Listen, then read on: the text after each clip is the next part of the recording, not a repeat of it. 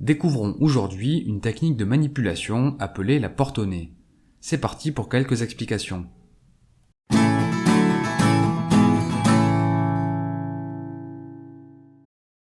Robert Cialdini et ses collègues de l'Université d'Arizona réalisent une expérience étonnante pour étudier une technique de persuasion. Les chercheurs se font passer pour des éducateurs et demandent à des étudiants s'ils accepteraient de passer une journée au zoo avec un groupe de délinquants. Seuls 20% des sujets acceptent de donner suite à cette requête.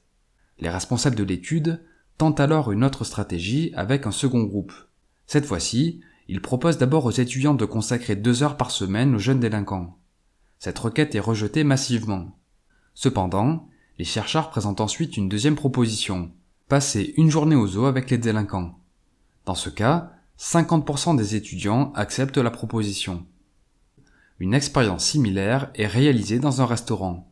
Un complice demande aux autres clients une contribution pour régler une partie de sa note car il n'a pas assez d'argent. Lorsque la requête est formulée directement, seuls 10% des personnes présentes acceptent. Par contre, lors d'un deuxième scénario, il réclame d'abord au client de payer la totalité de l'addition. Puis, après avoir essuyé un refus, il leur demande de régler seulement une partie de la note.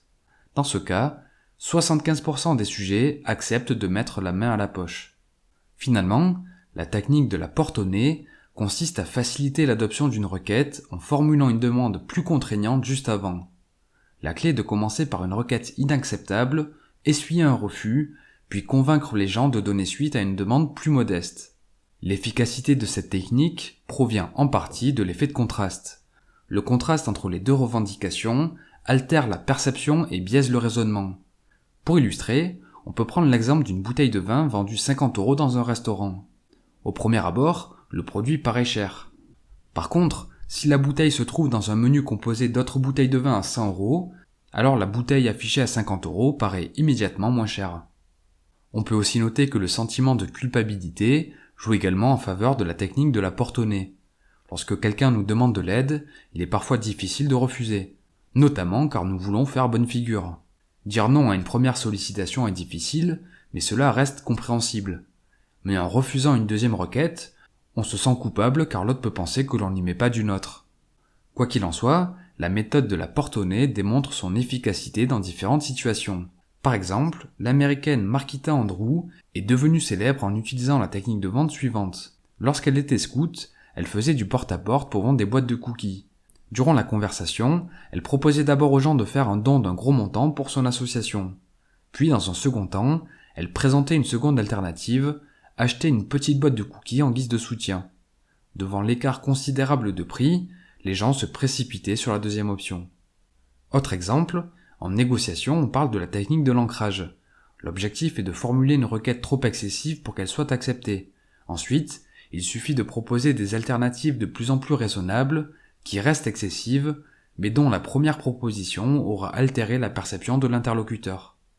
Par exemple, pour négocier une augmentation de 5%, le salarié peut commencer par un ancrage extrême en demandant une hausse de salaire de 10%. Puis, au fur et à mesure de l'échange, il va chercher à descendre progressivement ses attentes jusqu'à atteindre son objectif cible à 5%. La technique de la porte au nez peut aussi être une stratégie pour altérer la perception de valeur d'un bien. Imaginons que vous vous rendiez dans une agence immobilière pour acheter une maison. Vous présentez vos critères et votre budget. L'agent immobilier sait qu'il possède un bien qui correspond à vos attentes, mais dont le prix est légèrement plus cher. Au lieu de vous le proposer directement, le vendeur vous fait visiter une autre maison qui correspond à vos critères, mais qui est largement au-dessus de votre budget. Devant votre refus, il vous fait visiter le premier bien qu'il avait en tête. Son stratagème vient d'altérer la perception de valeur de ce dernier. Bref, pour résumer et conclure, la technique du pied dans la porte consiste à toujours commencer par placer la barre très haut afin de tendre ensuite sur une proposition plus acceptable. L'idée d'essuyer un premier refus sur une requête contraignante, puis de convaincre les gens de répondre à une demande plus modeste. Merci pour votre attention, j'espère que le contenu vous a plu. Si c'est le cas, je vous invite à le partager, à me laisser un pouce bleu et à me faire part de vos remarques, questions ou suggestions dans les commentaires. Pour finir, je vous suggère aussi de vous abonner à la chaîne et d'activer la cloche de notification pour être informé lorsque de nouvelles productions paraîtront. C'était Mr. Fanjo, à très vite.